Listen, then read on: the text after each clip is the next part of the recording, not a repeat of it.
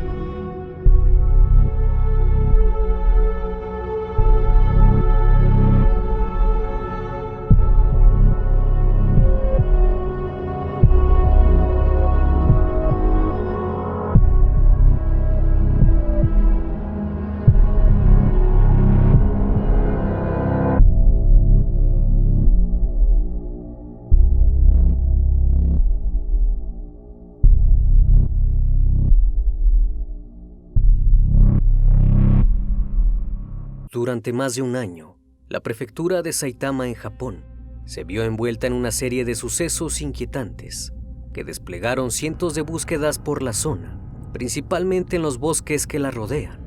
Esto luego de la desaparición de 4 niñas que se esfumaron sin dejar rastro. El caso se vería envuelto en aterradoras llamadas y envíos escalofriantes al domicilio de las víctimas, que acapararon la atención de la prensa, creando un revuelo mediático al considerar que los hechos eran productos de un monstruo. El responsable de dichos actos era un amante de los cómics y el manga, que vivía en un mundo de fantasía a causa de un pasado traumático que marcó su vida para siempre por el simple hecho de sentir una especie de inferioridad que lo atormentaba y que lo llevó a cometer terribles actos. El sujeto, Tsutomu Miyazaki, fue el encargado de atormentar a las víctimas y a sus familiares, dejando una huella en la historia del mundo criminal de Japón, que se le conoce como los crímenes del otaku. El Criminalista Nocturno. Miyazaki nació el 21 de agosto de 1962 en el distrito de Nishitama, en Tokio, Japón. Sin embargo, su nacimiento fue de forma prematura y con muchas complicaciones, entre ellas la deformidad en sus manos y muñecas. Sus articulaciones estaban unidas, de tal forma que si intentaba mover las manos tenía que rotar los antebrazos, lo que provocó que tuviera una infancia muy difícil, principalmente porque después de ingresar al colegio, sus compañeros se burlaban de él, porque le era imposible mover sus manos con facilidad. Esto causó que tuviera una personalidad retraída y tímida. Cuando ingresó a la primaria, su problema se agravó aún más. A pesar de ser un niño inteligente, era solitario e incapaz de hacer amigos. Estaba tan acomplejado que prefería aislarse de todos para que no se burlaran de él. En tercer grado escribió en un ensayo que cuando fuera grande quería comprar un auto y conducirlo con normalidad, pasar a un restaurante y comer un poco de curry o arroz. El chico soñaba con llevar una vida normal, como los demás, pero le era muy difícil tener la confianza suficiente para afrontar las situaciones, pues cada que no podía hacer algo, se frustraba y decía que todo se debía a sus manos deformes. Pero pronto logró encontrar un refugio a todos sus complejos, y fue en las historietas y el manga, que generalmente leía hasta altas horas de la noche. Aún así, Tsutomu no descuidó sus estudios y llegó a alcanzar la mayor puntuación entre los estudiantes que dieron el examen de ingreso para entrar en la escuela secundaria Medai Nakano. El chico dedicó gran parte de su tiempo para estudiar y logró obtener siempre altas calificaciones, además que tenía un gran conocimiento del idioma inglés, el cual dominaba casi a la perfección para su edad. No obstante, de pronto empezó a desmotivarse por los estudios y en lugar de unirse a los grupos de estudio, se retiraba a dibujar cómics en un rincón apartado. Aunque dedicaba tiempo y esfuerzo en esto, la condición con la cual había nacido no lo dejaba mejorar lo suficiente para alcanzar su sueño, por lo que se sentía cada vez más frustrado. Sotomu planeaba inicialmente ingresar a la Universidad de Meiji, afiliada a su colegio, pensando que su buen dominio del inglés le ayudaría a quedar en aquella universidad. Sin embargo, tras su desmotivación académica, acabó en el rango 40 de los 56 estudiantes de su aula, cosa que le impidió entrar en la Universidad de Meiji. Para ese entonces, ya se había dado cuenta que su parte íntima era más pequeña de lo normal, incluso dándole complicaciones al momento de orinar, lo cual ocasionaba que sus compañeros se burlaran de él. Al no tener otra opción en el colegio, se puso a estudiar fotografía técnica en una universidad local, graduándose en 1983, para posteriormente ingresar a trabajar en una empresa que pertenecía a un conocido de su padre.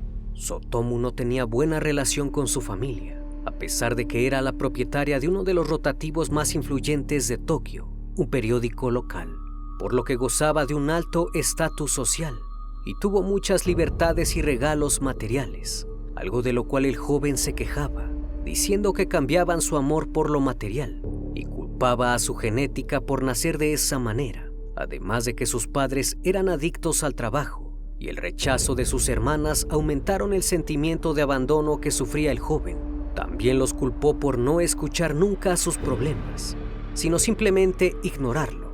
Otra de las frustraciones de Sotomu era la íntima. Su temprano aislamiento, unido a un complejo de inferioridad, lo llevó a generar una inmensa inseguridad, la cual contrarrestó gradualmente haciéndose adicto a las películas para adultos, al hentai y cosas ilegales.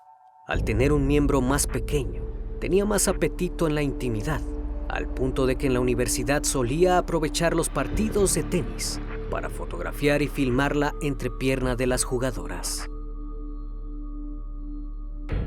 Después de trabajar algunos años en la imprenta y ahorrar más de 3 millones de yenes, Sotomu se trasladó de nuevo a la casa familiar, donde compartió con su hermana mayor una habitación doble, anexada a la casa principal, cerca de los negocios de impresión de su padre. Como los padres de Miyazaki no podían estar con él, su padre intentaba compensar su ausencia con cosas materiales. Es así que le regaló un sedán Nissan Langley, pero el chico estaba sumido en una gran depresión, que había pensado incluso en quitarse la vida. El joven veía un hilo de esperanza en una sola persona, su abuelo, quien era el único que no lo trataba mal, sino le enseñaba sobre la vida, lo instruía y se había convertido en un modelo a seguir para él. Pero inesperadamente, en mayo de 1988, su abuelo falleció. Esto lo dejó con una profunda tristeza, pues la única persona que mostraba empatía hacia él había fallecido. En ese momento sintió que algo dentro de él se quebró y no volvió a ser el mismo. Tras la cremación de su abuelo, ingirió parte de sus cenizas para encarnarlo en alguna forma y sentir que era parte de él. Para ese entonces, Sotomu se encontraba muy perturbado y no sabía cómo llenar aquel vacío que su abuelo había dejado.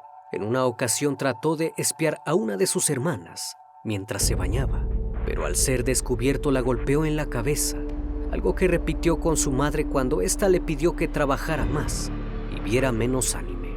Ante esto comenzó a portarse muy agresivo y su conducta cambió radicalmente. Pasó de ser un chico trabajador y buen empleado a un sujeto agresivo.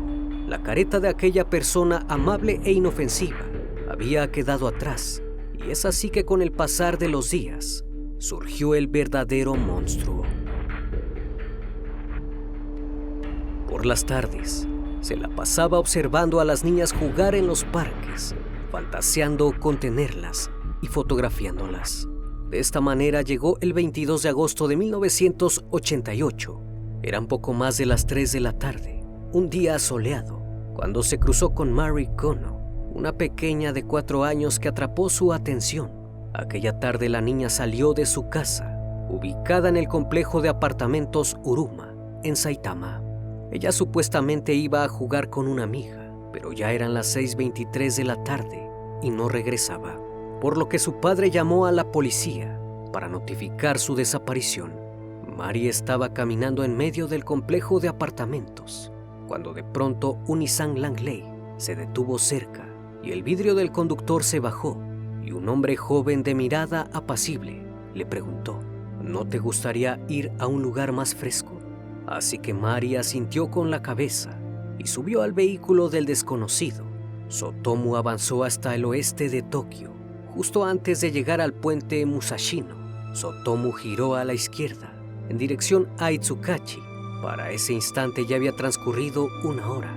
El chico se detuvo en un estrecho camino de tierra, en medio de los bosques que rodeaban la central de Shintama, y la llevó por una zona boscosa. Se bajaron del auto y caminaron hasta un sendero montañoso rodeado de árboles durante 20 o 30 minutos, hasta llegar a un desolado sendero. En este punto la pequeña Mari estaba tan cansada y asustada que comenzó a llorar, a lo que Miyazaki entró en pánico y no sabía qué hacer, así que pensó que debía asesinarla. Para ello colocó sus manos en el cuello de la niña hasta que ésta dejó de respirar. Una vez viendo que ya no se movía y que su cuerpo estaba inerte, procedió a quitarle todas sus prendas y comenzó a acariciarla con lascivia y abusar de ella. Después de lograr su cometido, la arrastró hasta un lugar donde no pudiera ser vista, no sin antes llevar consigo las ropas de la pequeña. Luego de esto, regresó a su auto sin sentir el más mínimo remordimiento. Por otra parte, la policía recién iniciaba la búsqueda de Mari. Los patrulleros de la zona sacaron sus altavoces y advirtieron a los padres del peligro de no mantener vigilados a sus hijos en todo momento. Pasaron las horas y no había rastro de la menor. La búsqueda se extendió por semanas y no pudieron hallarla. Semanas después del primer ataque, el día 3 de octubre, Miyazaki transitaba a bordo de su vehículo cuando de pronto vio a una pequeña de 7 años llamada Masami Yoshizawa caminando al borde de una carretera cerca de la prefectura de Saitama. Al igual que su primera víctima, la convenció de subir a su auto para dar un paseo y se dirigió al mismo lugar alejado.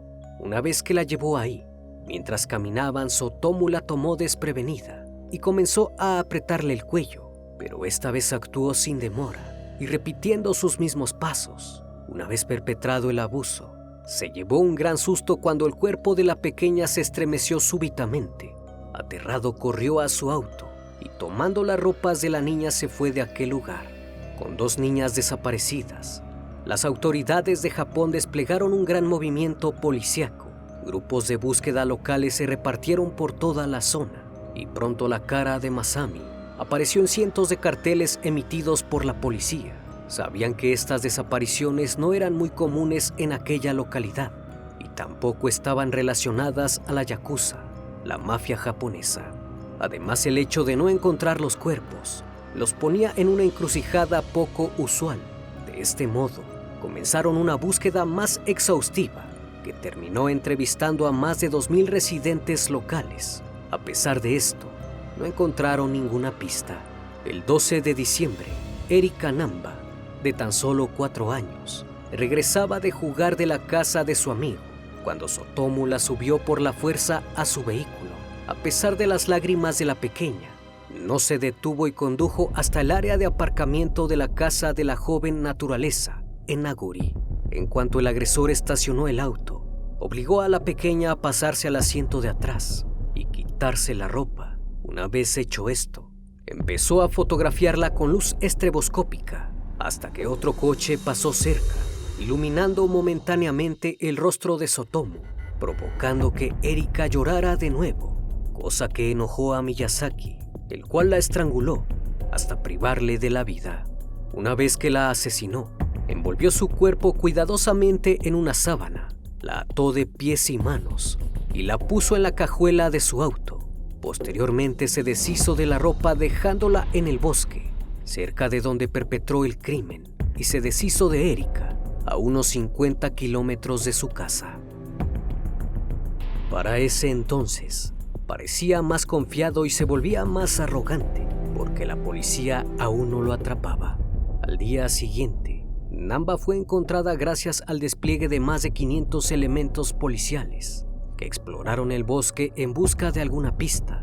Ahora tenían la certeza de que se trataba de un asesino en serie que atacaba cerca de la prefectura de Saitama.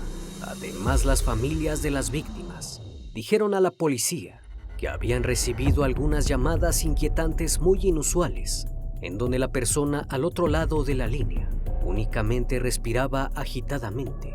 Aquella persona era capaz de llamar durante varios minutos insistiendo para que le contestaran, solo para emitir ese incómodo silencio. Incluso las familias habían recibido unas postales haciendo alusión a sus hijas fallecidas. El 6 de febrero de 1989, el padre de Mary Connor recibió una caja con restos humanos calcinados, 10 dientes de leche, sandalias, pantalones y ropa interior de una pequeña, además de una hoja de papel que decía: Mary, huesos, cremación, investigar, probar.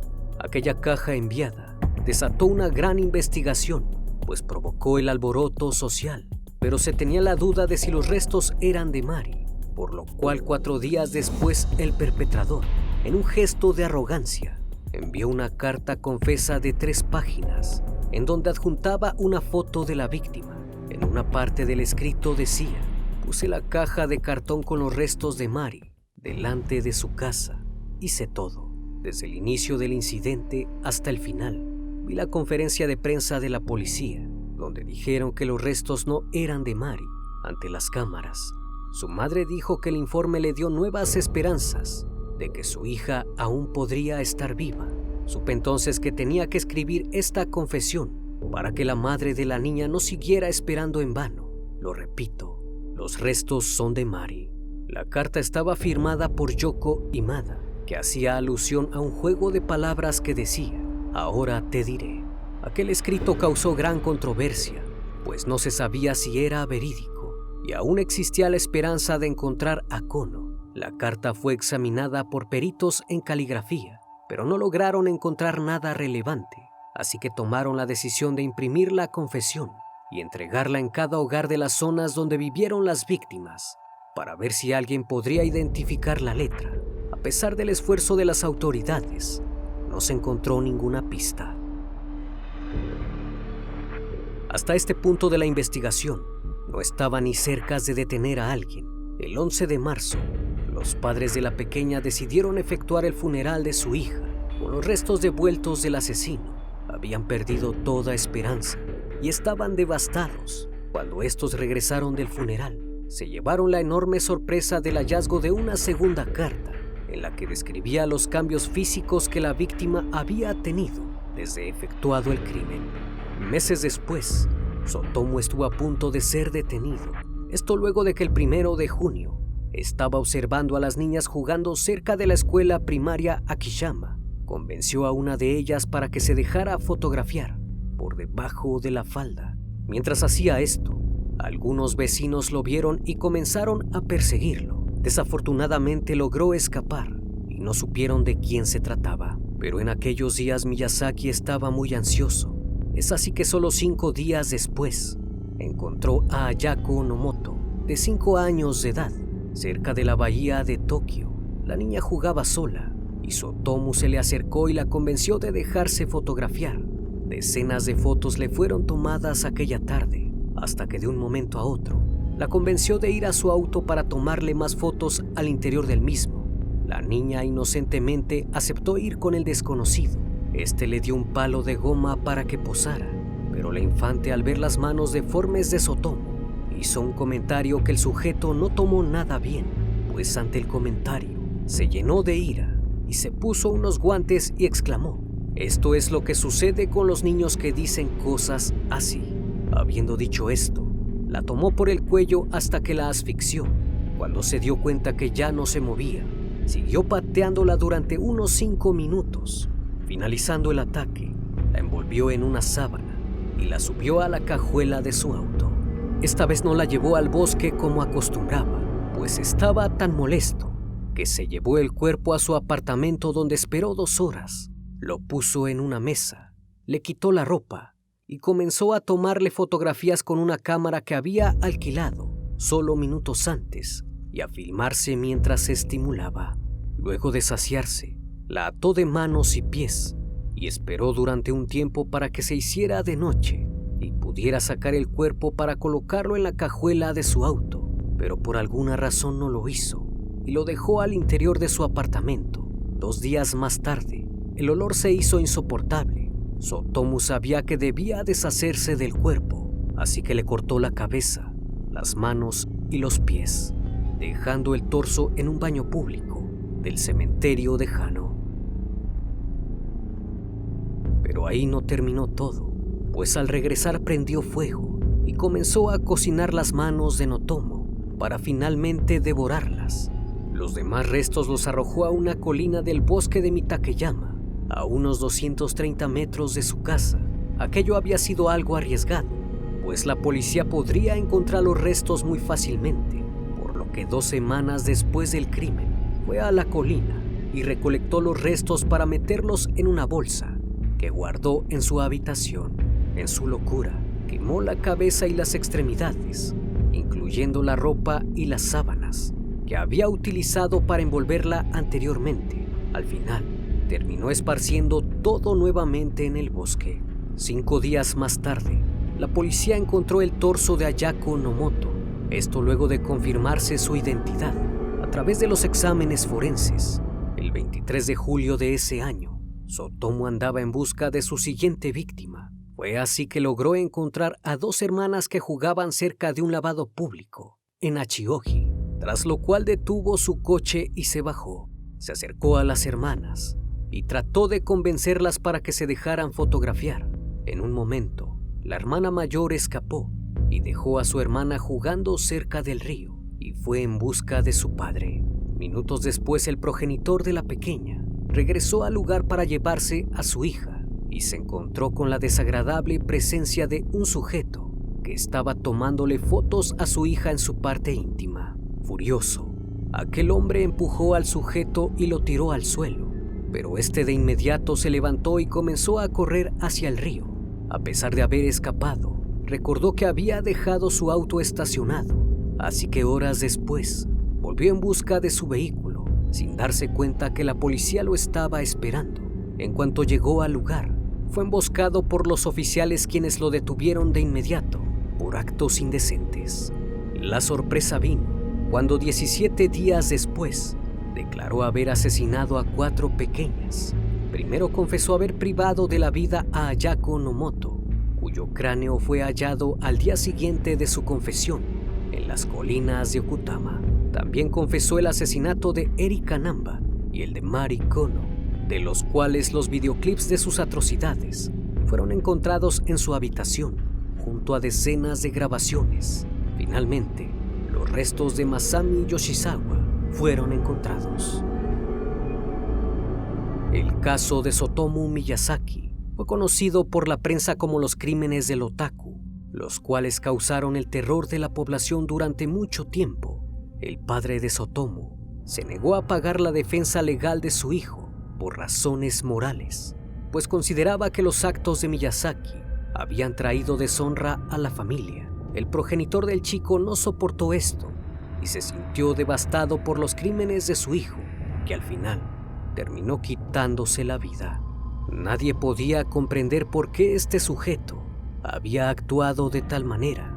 Por esa razón fue sometido a una serie de evaluaciones psiquiátricas por parte de un equipo de psiquiatras de la Universidad de Tokio, mismos que concluyeron que Sotomu sufría de trastorno de personalidad múltiple y esquizofrenia extrema. Aún era consciente de la gravedad moral y de las consecuencias humanas de sus crímenes, por lo cual se dictaminó que era responsable de sus actos. De este modo fue declarado culpable de 4 crímenes y se le condenó a la horca. Sin embargo, durante años intentó reducir su condena a cadena perpetua. Incluso solicitó que le aplicaran la inyección letal en lugar del ahorcamiento. Pero todos sus esfuerzos por la reducción fueron en vano. Miyazaki nunca mostró arrepentimiento y su vida en prisión siguió siendo la misma. Se dedicó a leer manga, leer cómics y ver películas de anime en una pequeña televisión que le regalaron. Todo terminó para Sotomu Miyazaki el mes de junio de 2008, cuando luego de ratificada su condena, fue enviado a la horca junto a 2 criminales más, ya que se consideró que el chico no tenía ningún trastorno mental y simplemente había decidido hacer el mal.